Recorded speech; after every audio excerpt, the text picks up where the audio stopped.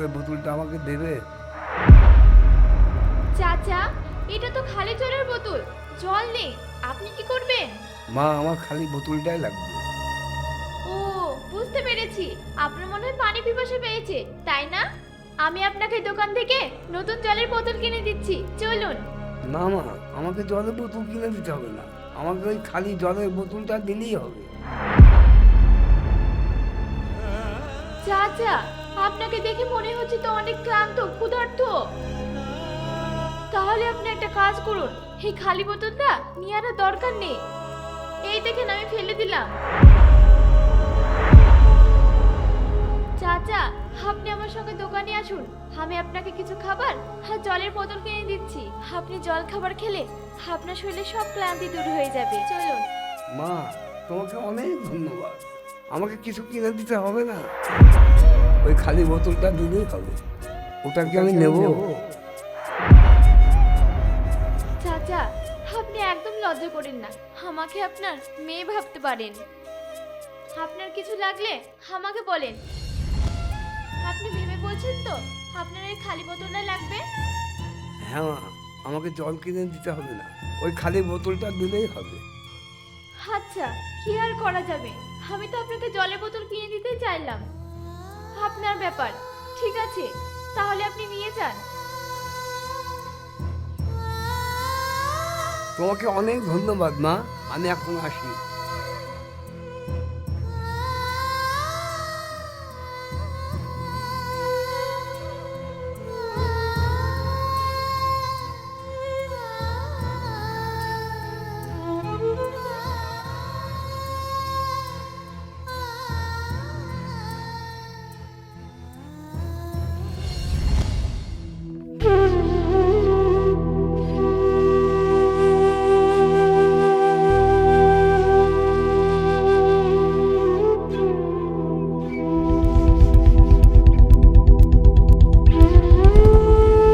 তানিয়া, তানিয়া, কোথায় যাচ্ছে তানিয়া?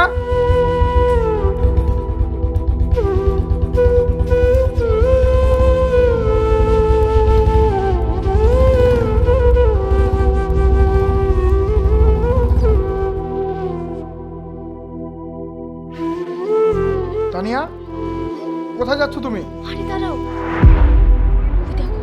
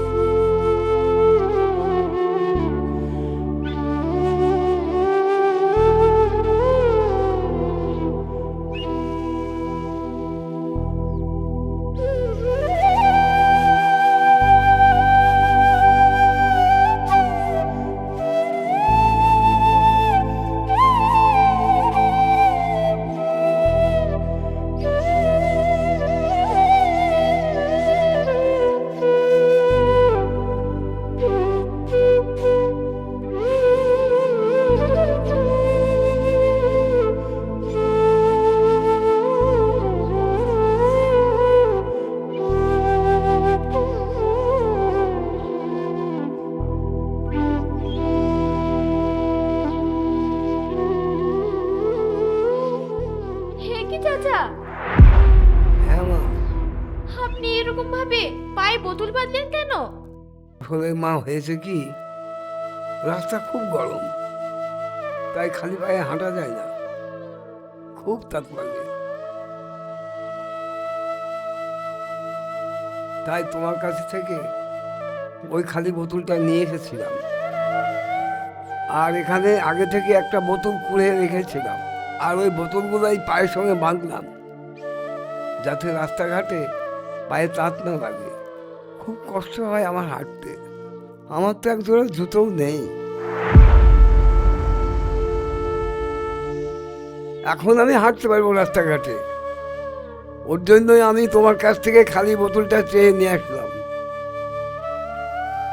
কিন্তু চাচা, আপনি রাস্তাঘাটে এইভাবে ঘুরে বেড়াচ্ছেন, আপনার পরিবারে কি কেউ নেই? মানে আপনার বাড়ি কোথায়? আপনি কোথায় থাকেন? বাবা, এই দুনিয়ায় আমার কেউ নেই।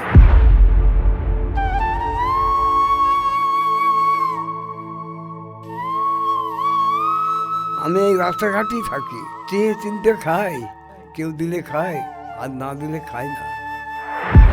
কিন্তু এটা কি করে সম্ভব? আপনার তো অনেক বয়স হয়েছে, আপনার পরিবারে কেউ না কেউ তো থাকবেই। আপনাকে কি কেউই দেখে না? না বাবা, আমার একটা ছেলে ছিল, তাকে আমি কোলে পিঠে করে মানুষ করেছি, তো শিক্ষায় শিক্ষিত করেছি। আমার সমস্ত সম্পত্তি বিক্রি করে ছেলেটাকে অনেক বড় কলেজে পড়াশোনা করিয়েছি, মানুষের মতো মানুষ করেছি, চাকরিও পেল। তারপরে একটা বড় লোকের মেয়েকে বিয়ে করে এনে ওই মেয়ে সংসারে আসার পর আমাকে বাড়ি থেকে বের করে দেয়। আমাকে আর বাড়িতে রাখলো না।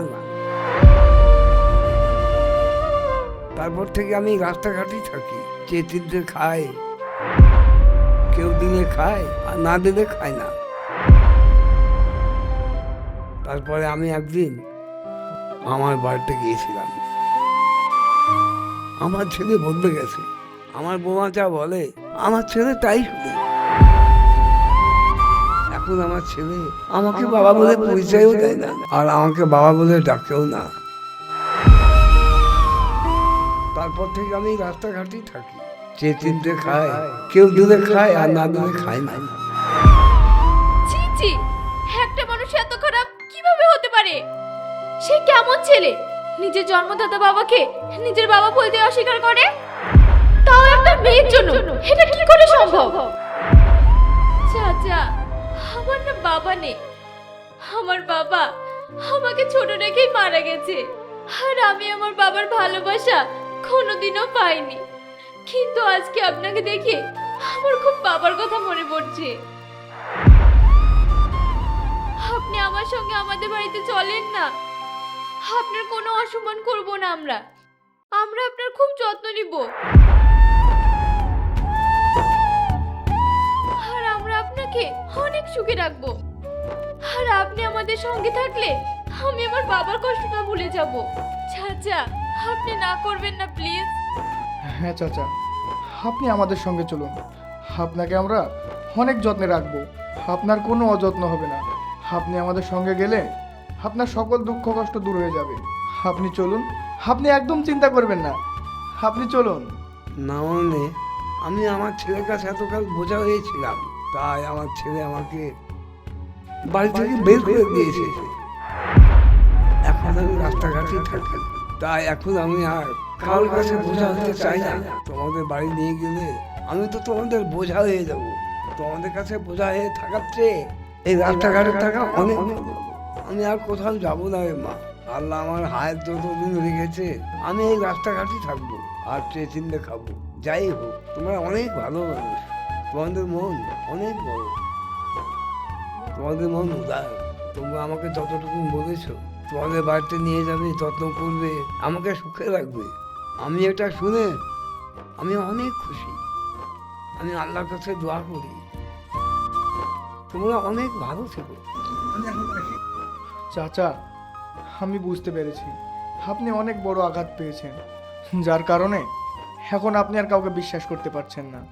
ঠিক আছে, আপনি আপনার মতো থাকুন, কিন্তু আমি একটা ছোট্ট রিকোয়েস্ট করব, আপনি কিন্তু না করতে পারবেন না। 1 মিনিট।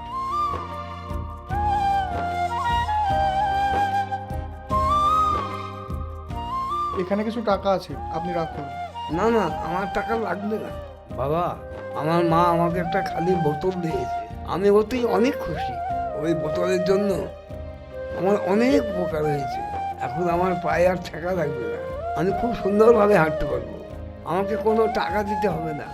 দেখেন চাচা, আমি বুঝতে পেরেছি আপনি হলেন এমন এক ধরনের মানুষ যে কখনো কারো দয়া নিয়ে বাঁচতে চায় না। সেটা আমি আপনার কথা শুনেই বুঝতে পারছি। আমি এই টাকাগুলো আপনাকে দয়া করে দিচ্ছি না। আপনি ভেবে নিন না যে একজন ছেলে তার বাবাকে ভালোবেসে এই টাকাগুলো দিচ্ছে কিছু খাওয়ার জন্য, ভালো থাকার জন্য।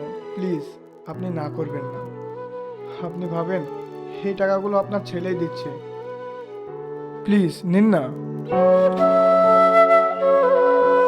You so much. আর হ্যাঁ,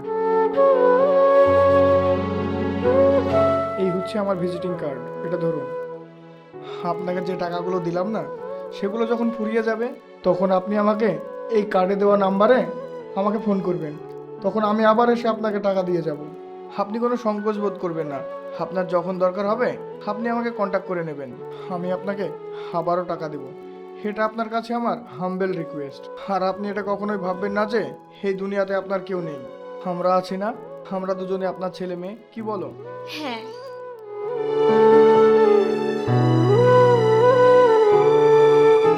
আর চাচা, আপনি কোথাও যাবেন না, এখানেই দাঁড়িয়ে থাকুন অথবা বসে রেস্ট করুন।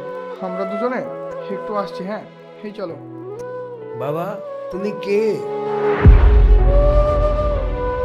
তুমি আমাকে চেনো না, জানো না? তুমি আমার এত উপকার করলে, কার্ড দিলে, টাকা দিলে, আবার বলছো যখন টাকা দরকার তখন ফোন করতে। আর দেখো না, আমারও তো একটা ছেলে আছে, আর সে আমাকে বাড়ি থেকে ঘাড় ধাক্কা দিয়ে বের করে দিয়েছে। আর তুমিও তো একটা ছেলে। হায় রে দুনিয়া, আমি কি ছেলে জন্ম দিয়েছি। বাবা, আমি অনেক খুশি হয়েছি। আচ্ছা ঠিক আছে, আমি এখানেই থাকছি। তোমরা এসো বাবা, তোমরা এসো। ঠিক আছে, আপনি তাহলে এখানে ওয়েট করুন, আমরা এখন আসছি। এই চলো।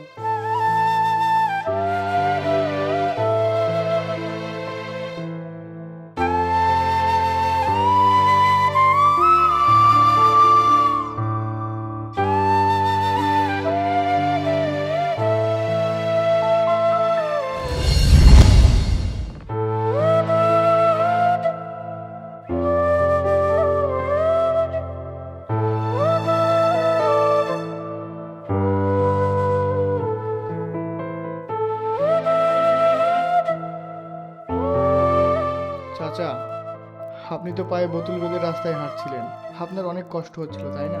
সেই কারণে আমরা আপনার জন্য একজোড়া নতুন জুতো আনলাম। দেখে তো মনে হচ্ছে আপনার পায়ে একদম পারফেক্ট হবে। এটা আমাকে দাও।